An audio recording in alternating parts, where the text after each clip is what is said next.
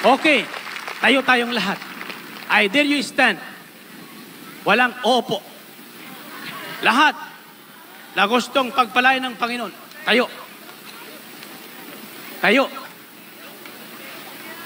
Brothers and sisters, this is the kind of faith that works signs and wonders. A daring faith. Ang pananampalatayang marunong magrisko ayon sa salita ng Diyos. Sapagkat ang salita ng Diyos naman talaga walang pagkukulang. Amen. In fact, it's never a risk. Following the Lord and following the Word of God is never a risk because it has a promise.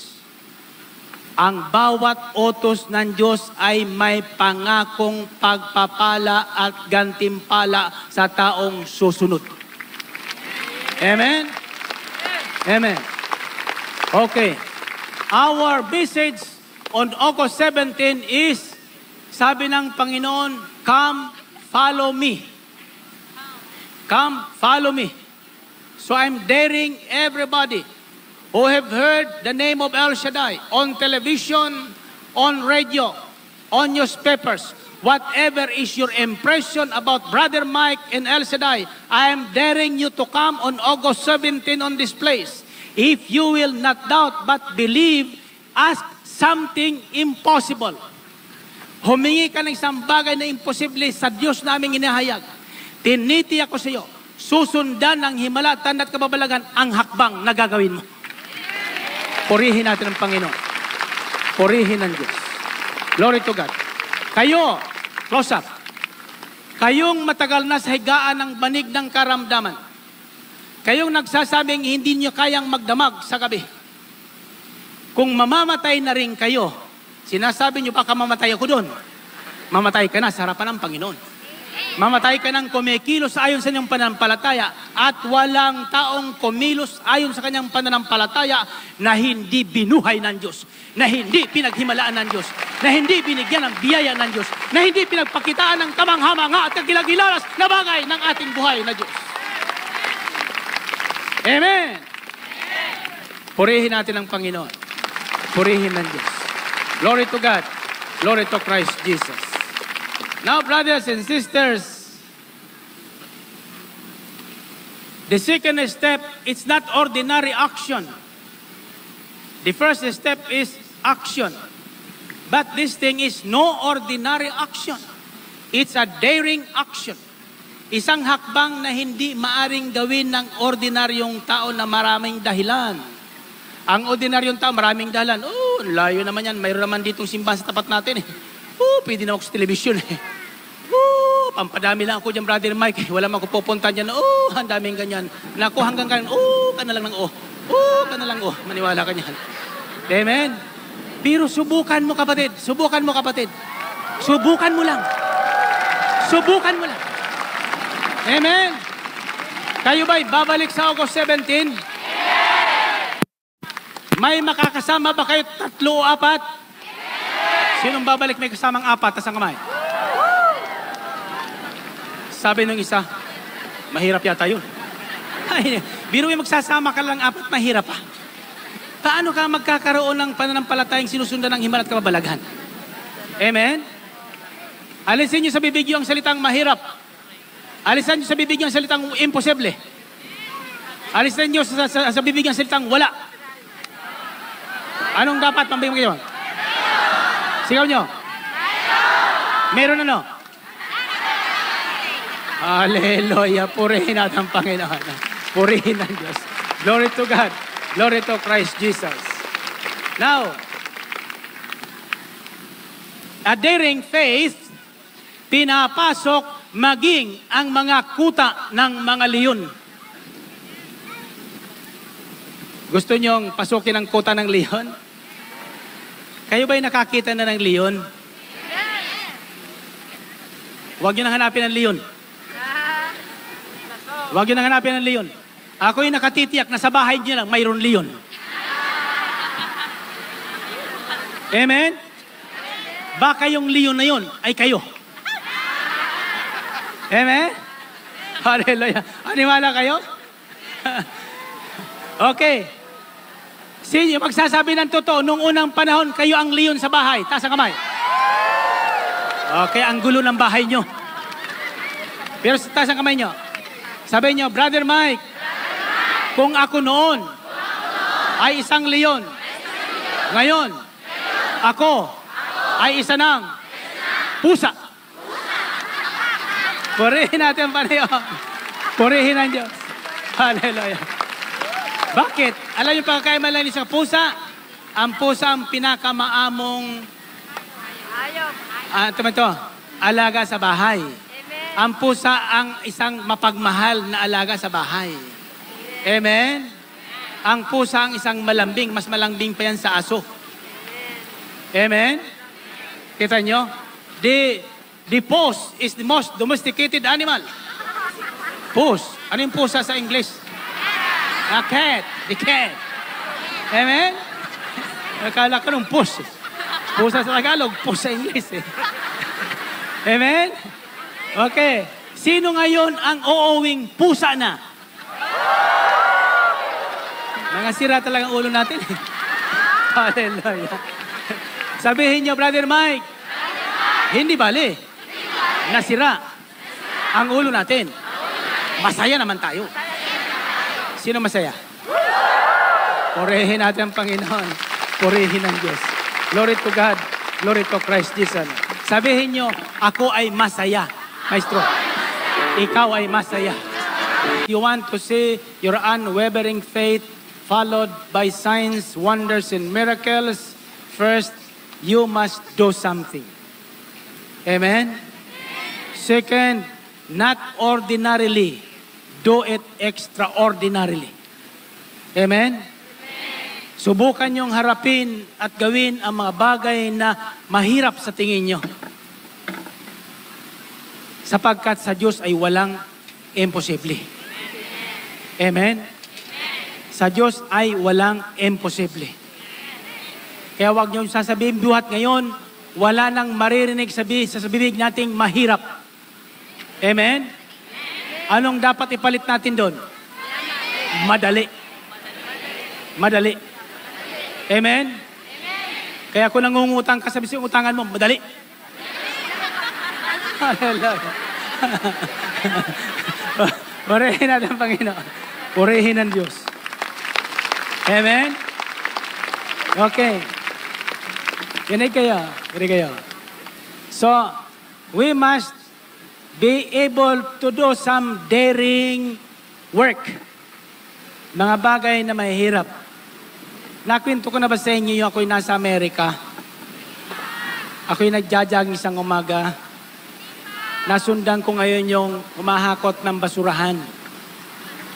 Sabi sa akin ng Amerikano, you wanna work? Sabi sa akin, Kako, work? Sabi, yes, we need one. Kako, how much per hour? $25 an hour. Sabi niya, Kako, what work? This one. Sabi niya, yun, naghahakot ng basura. Tinawanan ko lang siya. Sabi ng Amerikano, crazy man. Sa loob-loob ko lang, ang pagbubuhatin mo niyan. Hallelujah. Ay, pero kung ako'y naghahanap ng trabaho, right away, may trabaho na ako. Amen? If I dared, kung natagal-tagal lang pa ako doon, pwede na akong kumita $25 an hour. Amen? Maniwala kayo? So, walang taong dapat magutom sa ating bayan. Ang yaman ng ating bayan. Ito lang ang bayan na sagana sa ulan. Ito lang ang bayan sa aking inikot sa buong mundo na kahit saan tumutubo ang halaman. Amen? Subalit, bakit walang laman ang ating mga lupain, nakatiwangwang? Kasi walang magder na magbungkal ng lupa. Amen? Mas gugustuhin pa nila maghalongkat ng mga basura dito sa Maynila. Amen? Eh kung tayo ba'y nandoon sa mga lupang yun, kahit hindi sa inyo yun, bungkalin niyo ang tamnan. Pagdating ng may-ari, sabihin mo sa kanya, sa'yo ho ba ito? Pag sinabi niyo, oo, o di kayo magbungkal dito. Amen? Kung talagang sa inyo, takabungkalin niyo kamo ito. Amen? Pag sasabihin niyan, abay, di man na kita. ba't mukha mo ko dinibanda? Ginagawa kong ang lupa mo. Dihati na lang tayo sa tubo nito, sa bunga ng aking halaman. O, sa tingin nyo, aayaw ba yun? Hindi. Ang problema naman kasi, sa karamihan, huwag na magagalit sa akin. Ako dyan, sa may multinational ko. Ilan lupa ko dyan tinirikan nitong mga kapatid natin? 10 taon na hindi ko sila sinisingil ng upa man lang sa lupa. Ngayon gagamitin ko ng lupa, akong sinisingil? Paano ba naman yan? Amen? Paano kayo pagpapalayan ng Panginoon yan? Di na sila alis doon, kundi ko sila bayaran.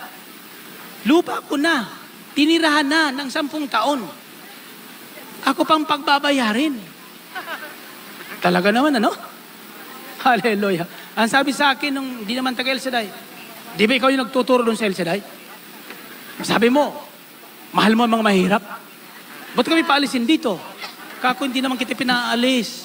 Pinalilipat lang. Hallelujah. Purihin natin ang Panginoon. Purihin ang Diyos. Glory to God. Glory to Christ Jesus. Okay, number 3. The third thing you must do if you are to see the amazing things of our unwavering faith is to fight the good fight of the faith and never giving up. Narinig niyo yun? Fight the good fight of the faith and never giving up. Hindi. Ang nangyayari sa ating counting kayod, ayaw na. Dadalo minsan, taas ng prayer request, pagkaraan ng ilang araw, wala naman nangyari dun eh. Amen. Di na babalik. Dipidi yun. Subukan mo lang na bumalik. Pag hindi ka pa answered prayer, bumalik ulit. Pag hindi ka pa answered prayer, bumalik ulit. Natitiyak ko siyong sa kababalik mo, lagi kang naririto.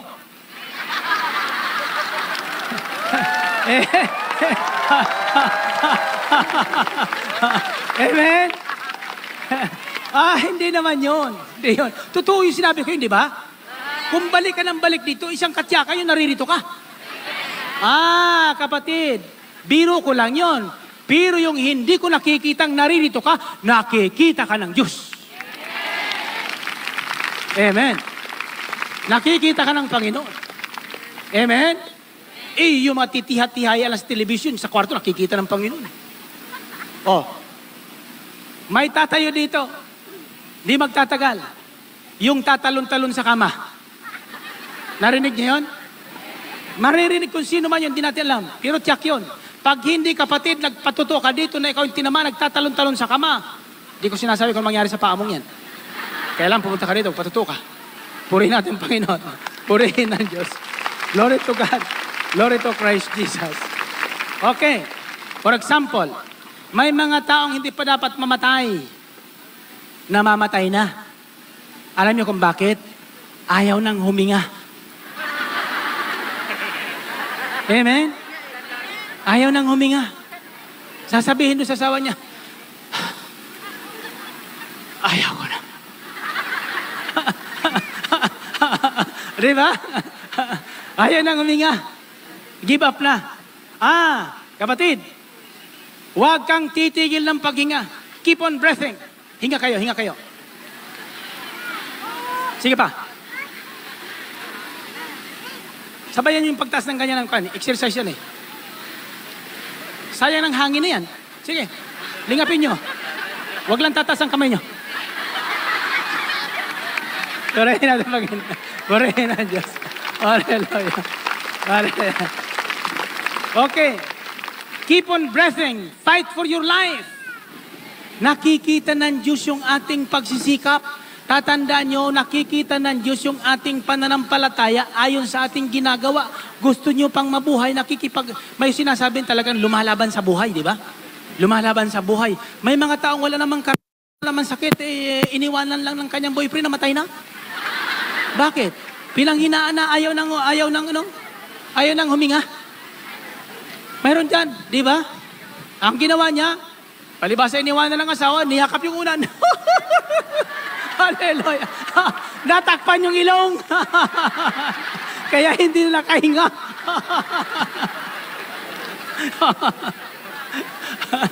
Tawa nga kayo, tawa kayo.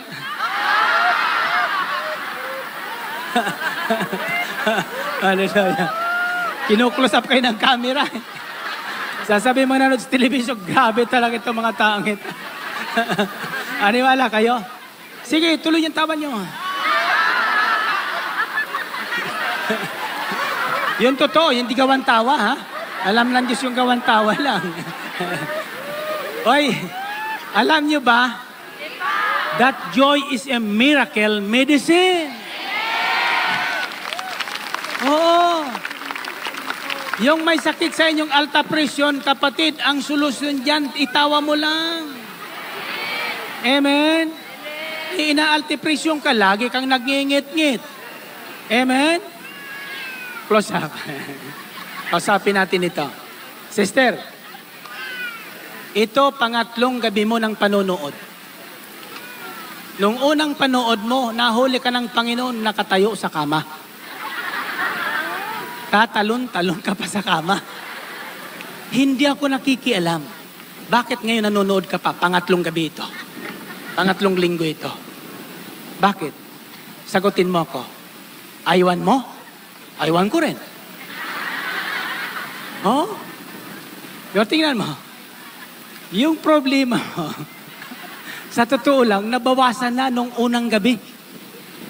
Nung pangalawang linggong panood mo, lalong nabawasan, kalahati na lang problema mo. Ngayong gabi, yung buong kalahati mawawala yan kung pupunta ka dito sa August 17, tatayo ka dito sa entablado. Amen? Oh, tawa ka ng tawa dyan eh. Tingnan mo yan. Mula nung isang linggo, nung unang marinig mo ito, lumuwag na ang dibdib mo. Bumaba ang pressure ng dugo mo. Ngayon, huwag ka nang uminom ng gamot na yan. Sakta presyon. Hallelujah. Ikaw ngingiti-ngiti ka dyan eh. Okay. Hindi ako nagbibiro. Ito totoo naman eh. Kasi ito'y ako kasi may sakit sa alta presyon din noon. Kaya ako nagkasakit sa alta presyon sapagkat may sakit daw ako sa puso. Kaya ako nagkaganito kasi pinagaling ko ng Panginoon eh. Nung sinabi sa akin ng doktor may sakit sa puso, lagi kong pinupulso ang puso ko. Diba? Nung sinabi may alta pressure ko, lagi kong may pakuha ng blood pressure. Ayan.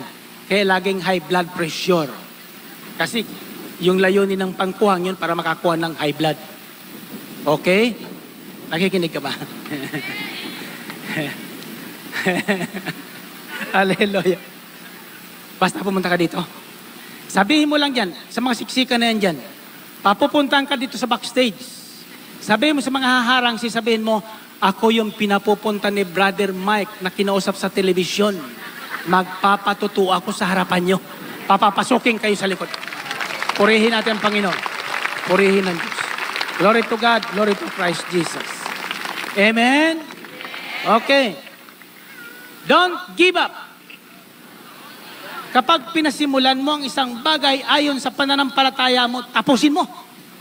Nang pasimulan ko ang gawaing ito, nang ako'y makipagkasundo sa Panginoon, wala pa akong nakikitang tao ganito karami. Di ko kailangan magkaganito. Pero ako'y makipagkasundo sa kanyang wiko ko habang ako'y binubuhay mo. Habang ako'y nabubuhay mo. Nakalimutan ko lang sabihin sa kanyang, wag mo naman akong subukan. Ay kasama pala yun. Kaya kapag ako'y dumarating sa matitinding pagsubok, naalala ko yung sinabi ko.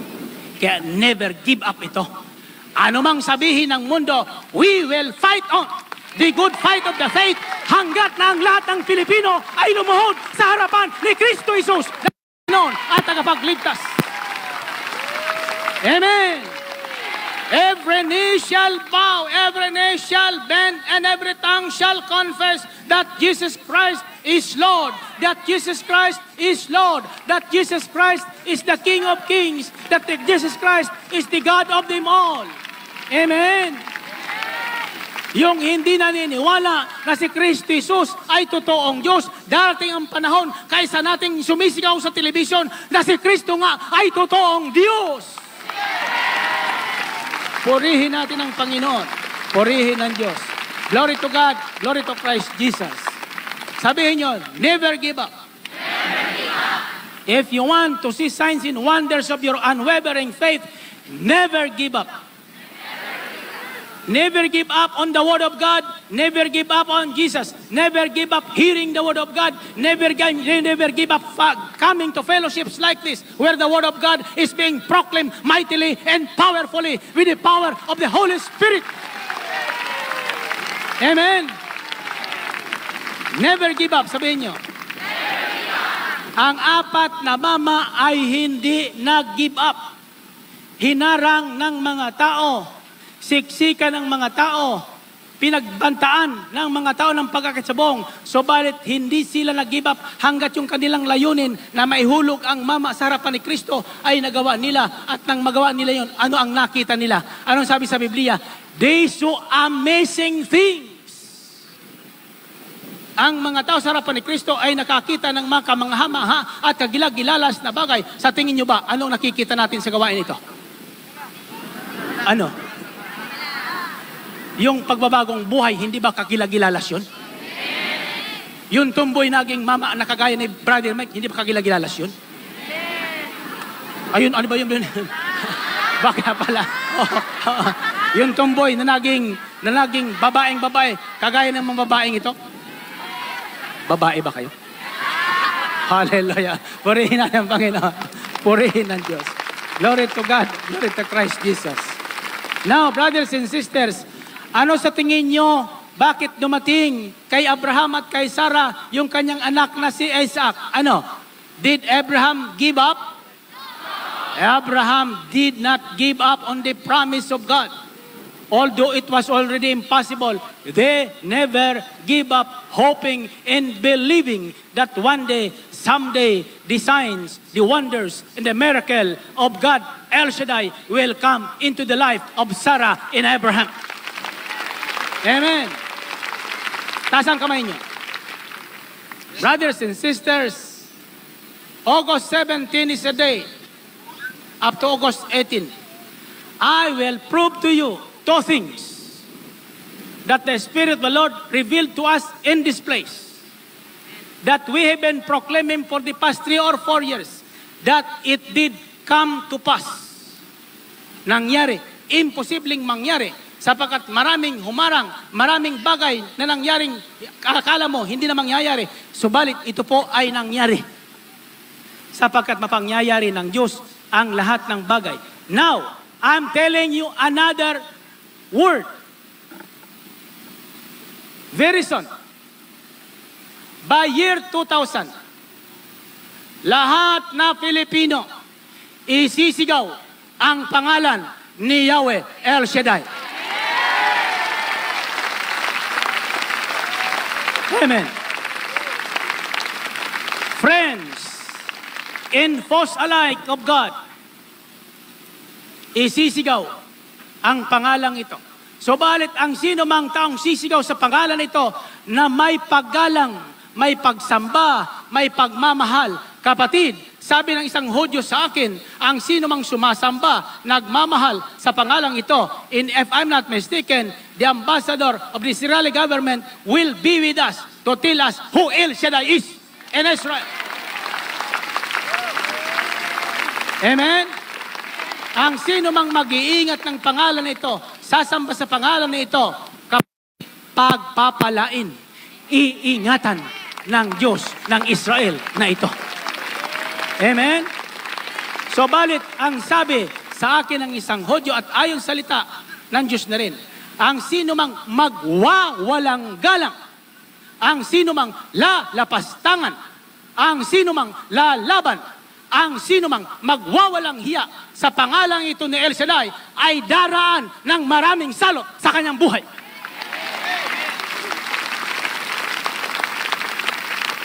I'm sorry to say that, but this is going to pass. And God will make it pass. Amen? Now, mayroon kayong kailangan sa buhay. Mayroon kayong hinahanap sa buhay. Ito'y kailangan. Subalit hindi nyo nasusumpungan, kayo'y dasal ng dasal. Alam nyo kung bakit? Una, ang inyong pananalig ay orong solong. Pangalawa, puro kadasal, puro kangawa. wala ka namang gawa. Pangatlo, gumawa ka man, basta lang gawa. Wala namang pagporsige. Amen? Hindi nagtatagal, sumusuko ka. Amen? Gusto mong pakasalan ka nung nililigawan mo? Gusto mo? Gusto mo? Aba, kahit abutin ka na. Purihin natin ang Panginoon.